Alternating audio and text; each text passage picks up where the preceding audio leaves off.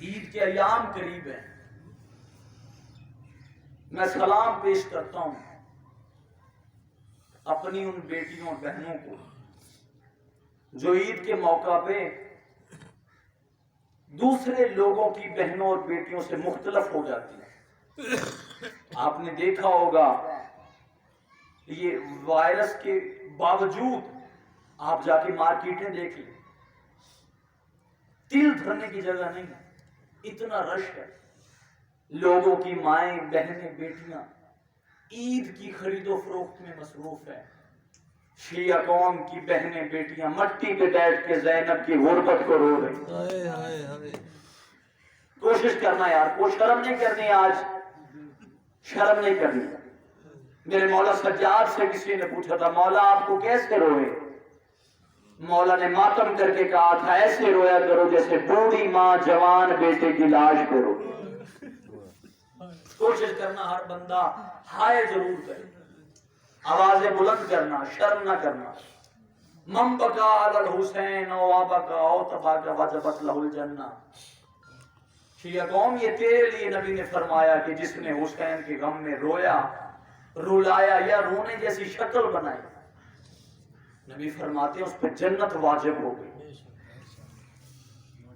کوشش کرنا ہر بندہ ہائے کرے، کوشش کرنا ہر بندہ آواز بلند کرے۔ آج بی بی زینب رو رہی ہے، آج عباس جیسا غازی جوان رو رہا ہے، آج حسن حسین رو رہے ہیں۔ عزادارو، بھائی جتنا بھی غریب ہو نا، بازار میں ریڑھی لگاتا ہو، بہن کو بھائی پہ بڑا مان، اپنے بچوں کو سمجھاتی ہے، بیٹا پریشان نہ ہو، تمہارا ماموں کہیں سے عیدی لے کے آتا ہو۔ عزادارو، جب 9 دن بعد بابا کے مرنے کے کوفہ میں بی بی زینب کو عید آئی نا، مولا حسن چلتے چلتے زینب بی بی کے قریب آئے۔ بہن زینب، جی بھیا، بہن زینب، میرا دل ہے تو مجھ سے عید مانگ، میں تمہیں عطا کروں۔ بی بی زینب رو کے کہتی ہے، بھیا حسن، تو جانتا ہے میں نے پوری زندگی بابے سے بھی کچھ نہیں مانگا۔ بیٹی، میرا دل ہے، میں تیرا بڑا بھائی ہوں، باپ کی جگہ پہ ہوں، بابا کے جانے کے بعد بابا کے سر کی دستار میرے سر پہ، بیٹی مجھ سے کچھ مانگ، میں تمہیں عطا کروں۔ جب تیسری مرتبہ مولا حسن نے کہا نا، زینب بہن مجھ سے کچھ مانگ، میں تجھے عطا کروں، روئی ہے علی کی بیٹی، اپنے پاپا کا خون والا ماما بوسہ دے کے کہتی ہے، اگر عطا کر سکتے ہیں نا تو ایک مرتبہ غازی سے کہ میرے سامنے آئے، عباس سے کہ میرے سامنے آ کے میرے پاپا کے کپڑے پہن کے مجھے صحن میں چل کے دکھائے، میں عباس کو چلتا دیکھ کے اپنے پاپا کی یاد کو۔ عزادارو، بڑی غربت ہے میرے امیر کی شہادت۔ مولا کی زیارت پڑھے تو لفظ آتا ہے، السلام علیکہ یا اول المظلوم، او پہلے مظلوم میرا سلام۔ بیٹیوں کو کوفہ سے، کوفہ بلایا مدینہ سے، امام بہتر جانتے ہیں کیوں بلایا۔ جب آ گئی نا بیٹی کوفہ میں، تو آدھی رات کو 17 رمضان کی افطاری کے بعد مولا نے خطبہ دیا۔ خطبہ دے کے فرماتے ہیں، اے میرے ماننے والوں، اے مومنوں، آج رات میں علی حکم دے رہا ہوں، کوئی بندہ اپنے گھر سے باہر نہ نکلے۔ آج ساری رات کوئی بندہ اپنے گھر سے باہر نہ نکلے۔ جب آدھی رات کا وقت ہوا نا، علی چلتے چلتے وہاں آئے جہاں بی بی زینب کا حجرہ تھا۔ یہ بی بی زینب بیٹی ہے علی، اور ایسی بی بی پردے والی، ایسی شرموں والی بیٹی، قریب آ کے سلام کیا ہے علی بادشاہ نے۔ سلام کا جواب آیا، جی بابا حکم۔ علی فرماتے ہیں، زینب ایک لمحے کے لیے حجرے سے باہر آئے۔ عزادارو، بہت کم بولے ہیں بی بی زینب اور مولا علی اپنی زندگی میں، بہت کم بولے۔ کچھ بس موقع تاریخ لکھتی ہے جب ان کی آپس میں باتیں۔ ایسی بیٹی بھی ہوتی ہے جو باپ سے شرم کرے، اللہ جانے شام کے بازاروں میں کیسے آئے۔ بس عزادارو، آدھی رات کا وقت ہے، کوشش کرتے آنا، ہر بندے کی آنکھ کا وضو ہو جائے، میری نجات کا سامان بن جائے۔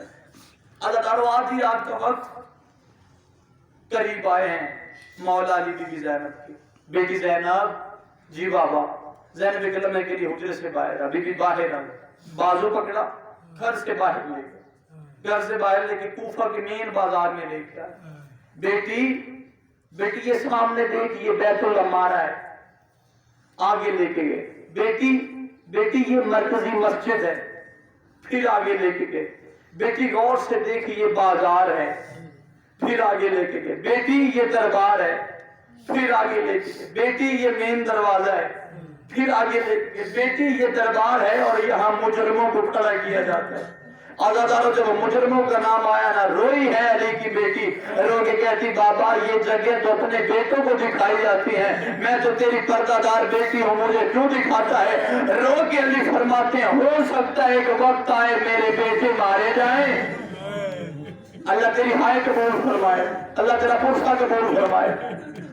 ہو سکتا ہے ایک وقت آئے مسلمان میرے بیٹوں کو مار دیں، تیرے سر سے چادر اتار کے تیرے ہاتھوں میں رسیاں۔ عزادارو کوفہ کی چند عورتیں چلتی چلتی انہی ایام میں مولا علی کی قریب آئی، آگے کہتی یا علی ہم نے سنا ہے آپ نے فرمایا کہ ہر چیز کی کوئی بہار ہوتی ہے، اور قرآن کی بہار سورہ یہ ماہ رمضان ہے، ماہ رمضان میں جتنا قرآن کی تلاوت کر سکتے ہو کرو، یہ بہار ہے قرآن کی۔ مولا فرماتے ہیں تم نے بے شک صحیح سنا ہے۔ پھر ایک کوفہ کی عورت آگے بڑھ کے کہتی یا علی آپ نے فرمایا ہے، ہم نے سنا ہے، ہمارے مرد فرما رہے تھے کہ آپ نے فرمایا آسمان والوں کے لیے زمین پر وہ گھر ستاروں کی طرح چمکتے ہیں جس میں قرآن کی تلاوت ہوتی ہے۔ مولا مسکرا کے فرماتے ہیں تم نے بے شک صحیح سنا ہے۔ وہ رو کے فرماتی ہیں بادشاہ پھر ہمارے گھر کے جو مرد ہیں وہ تو آپ سے قرآن پڑھ لیتے ہیں، ہم کسی سے قرآن نہیں پڑھتے۔ بادشاہ ہم نے سنا ہے کہ آپ کی بیٹی زینب بالکل آپ کی طرح بولتی ہے، ہم نے سنا ہے کہ وہ بالکل آپ کی طرح کلام کرتی ہے، وہ بالکل آپ کی طرح قرآن پڑھتی ہے۔ بادشاہ اگر منت مانے تو آپ اپنی بیٹی سے کہیں وہ ہمیں قرآن پڑھایا کرے۔ جب قرآن پڑھانے کا نام آیا نا، روئے ہیں علی بادشاہ، رو کے فرماتے ہیں اے کوفہ کی عورتوں دو وعدے کرتے ہیں، ایک وعدہ میں کرتا ہوں، ایک وعدہ تم کرو۔ ایک وعدہ میں کرتا ہوں، کوشش کرنا ہر بندے کی آواز بلند ہو، ایک وعدہ میں کرتا ہوں، ایک وعدہ تم کرو۔ کوفہ کی عورتیں کہتی ہیں ہاں مولا ایک وعدہ آپ کرے ایک ہم کرتی ہیں، لیکن فرمائے کون سا وعدہ؟ علی فرماتے ہیں میں وعدہ کرتا ہوں میں اپنی بیٹی سے کہوں گا وہ تمہیں قرآن پڑھائے گی، تم وعدہ کرو میری بیٹی کے سامنے کبھی بھیڑ بن کے نہ آنا۔ اور میری بیٹی زینب بڑی پردہ دار ہے، وہ بھیڑ سے گھبرا جاتی۔ عزادارو پڑھانا شروع ہو گئی بی بی قرآن، عورتیں آتی کوفہ کی، قرآن پڑھتی واپس چلی جاتی، آتی کی تلاوت کرتی واپس چلی جاتی۔ بڑا عرصہ اسی طرح تلاوت ہوتی رہی، لیکن جب 40 ہجری کا رمضان طلوع ہوا نا، جب 40 ہجری جس میں علی کی بیٹیاں یتیم ہوئی، جس میں مولا علی شہید ہوئے، جب یہ رمضان اس کا چاند طلوع ہوا نا، اب عجیب رنگ ہے تلاوت کا۔ کوفہ کی عورتیں آتی بی بی زینب کے حجرے میں چلے جاتی، تلاوت کرتی ہیں اور ماتم کرتی ہوئی واپس آتی ہیں، قرآن پڑھنے کے لیے آتی ہیں، قرآن پڑھ کے واپس جاتی ہے، گریہ کرتی ہوئی جا رہی ہوتی، کوئی ماتم کر رہی ہے، کوئی روتے ہوئے جا رہی ہے۔ عزادارو سید مجھے معاف کر دینا، ایک عورت سے مولا علی نے پوچھا اتنی دیر ہو گئی تمہیں قرآن پڑھتے ہوئے، یہ منظر میں نے پہلے کبھی نہیں دیکھا، اب تم جاتی ہو میری بیٹی کے حجرے میں قرآن پڑھنے کے لیے، جب واپس آتی ہو تو ماتم کرتی ہے، کوئی روتی ہے، کوئی گریہ کی آوازیں بلند کرتی ہے، کوئی ماتم کرتی ہے، وجہ کیا ہے؟ وہ رو کے کہتی یا علی آپ نے پوچھا اس لیے بتانا واجب ہے، یا علی ہم آپ کو کیا بتائیں، پہلے آپ کی بیٹی قرآن پڑھاتی تھی ہم واپس چلی جاتی تھی، لیکن جب سے یہ رمضان طلوع ہوا ہے نا، آپ کی بیٹی کے قرآن کے پڑھانے کے انداز بدل گئے. آپ کی بیٹی پہلے قرآن پڑھاتی ہے, قرآن پڑھا کے کہتی کوفہ کی عورتوں گھر نہ جانا, میرے سامنے بیٹھ جاؤ. ہم سامنے بیٹھ جاتی ہیں. تیری بیٹی قرآن پڑھاتی ہے, قرآن پڑھا کے سر سے برقع اتارتی ہے, برقع اتار کے بال بکھیرتی ہے, بال بکھیر کے کہتی ہے کوفہ کی عورتوں مجھے پہچانو, او میں زینب ہوں. اگر اس حالت میں تمہارے بازار آؤں اور مجھے پتھر نہ مار. کبھی اس حالت میں تمہارے بازار میں اجرکم من اللہ اجرکم من السیدہ میں 1000 دفعہ کبھی اس حالت میں تمہارے شہر آؤں, میں علی کی بیٹی ہوں, مجھے پہچان لو, مجھے پتھر نہ مارنا. بس ہزاروں صحن میں بیٹھے ہوئے تھے میرے بادشاہ علی, میں جلدی کر رہا ہوں. صحن میں بیٹھے ہوئے تھے, مولا حسین کو قریب بلایا. حسین, جی بابا. حسین میرے قریب آ. مولا حسین قریب آئے. قریب آنا تھا, سینے سے سینہ لگایا, بیٹے کی داڑھی چومی, ادھر بیٹے کی داڑھی پہ بوسہ دیا. حسین رو کے فرماتے بابا, بابا میری داڑھی کیوں چوم رہے ہیں؟ علی رو کے فرماتے ہیں حسین یہی سوال میں نے تیرے نانا محمد سے کیا تھا, یہی سوال میں نے تیرے نانا محمد سے پوچھا تھا. جب انہوں نے میری داڑھی چومی تھی نا, میں نے کہا تھا نبیوں کا نبی, اے کائنات کا رسول, میری داڑھی کیوں چوم رہے ہیں؟ تیرے نانا محمد نے کہا تھا یا علی ایک رمضان آئے گا, اس رمضان میں تیری داڑھی تیرے سر کے خون سے رنگین ہو جائے گی. رو کے علی فرماتے ہیں حسین میں تیری داڑھی کیوں نہ چوموں, میری داڑھی صرف میرے خون سے رنگین ہوگی, تیری داڑھی کبھی اکبر کے خون سے کبھی اصغر کے خون سے. اجرکم من اللہ, اللہ تیری ہائے قبول فرمائے یار, اللہ پرسا قبول فرمائے.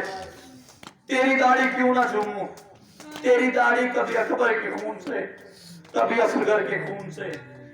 بس عزادارو آخری افطاری میرے بادشاہ نے اپنی بے اولاد بیٹی کے گھر میں کی, بی بی ام کلثوم کے گھر میں افطاری کی. دسترخوان لگا, دسترخوان پہ 2 چیزیں آئی, نمک اور شربت. افطاری کے لیے نمک اور شربت کو پیش کیا گیا. مولا علی فرماتے بیٹی, جی بابا. بیٹی تو میرے مزاج سے واقف ہے, تیرے بابا علی نے زندگی میں اپنی زبان کو ایک وقت میں 2 چیزوں کے ذائقے سے مشروب نہیں کیا. ایک چیز اٹھا, بیٹی نے ہاتھ بڑھا کے نمک اٹھایا کہ بابا سارا دن کی پیاسے ہیں, شربت پی لیں گے. علی نے فرمایا نہیں بیٹی, نمک رکھ دے, شربت اٹھا لے, ہو سکتا ہے کل کوئی میرا مہمان بنے. جو سمجھ کے روئے ہو اللہ آپ کی ہائے قبول فرمائے, اللہ سعادات کی محنت قبول فرمائے. عزادارو ہو سکتا ہے کل کوئی میرا مہمان بنے, اسے شربت پیش کرنا پڑے. نمک سے افطاری کی ہے. ساری رات علی سوئے نہیں, ساری رات علی سوئے نہیں. صحن میں مصلی بچھایا, مصلی بچھا کے آسمان کی طرف منہ کر کے کہتے میرا اللہ وعدہ تو آج کی رات کا تھا, آج کی رات ڈھلنے کو ہے.